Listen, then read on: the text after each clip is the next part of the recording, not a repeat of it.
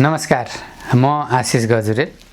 अहिले मलाई सिन्धुली क्षेत्र नम्बर 2 बाट यो जुन अब आर्थिक वर्ष आगामी आर्थिक वर्षको बजेट तथा कार्यक्रमको लागि चाहिँ धेरै परियोजनाहरू टिपाउनु भएको छ।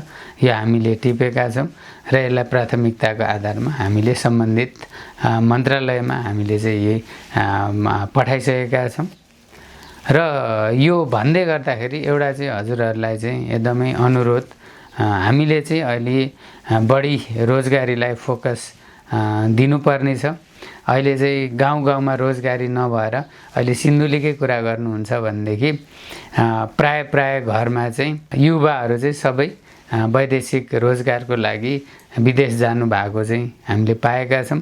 त्यहाँको बुवा आमाले चुनावी अभियानमा पनि मलाई भन्नुभएको छ, बाबु तिमीलाई हामी जिताउँछौँ, तर हाम्रो छोराछोरी चाहिँ विदेश जानु नपर्ने त्यो वातावरण चाहिँ तिमीले बनाइदिनुपर्छ भन्नुभएको छ।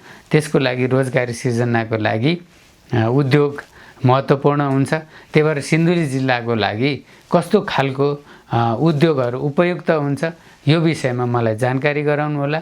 यो विषयमा हामी छलफल गरौँ, त्यसपछि हामी विज्ञसहित थप यसलाई छलफल गरेर हामी उद्योग स्थापनाको लागि चाहिँ अगाडि बढ्नुपर्छ।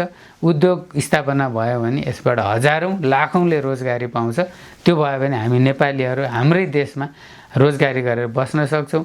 हाम्रो आमा बुवा बिरामी हुँदाखेरि हस्पिटल लाने, औषधि दिने, तातो पानी तताएर दिने मान्छे चाहिँ नेपालमै हुन्छौँ। त्यसको लागि हजुरहरूले यी कुराहरूमा चाहिँ सहयोग गरिदिनु पर्यो। धन्यवाद।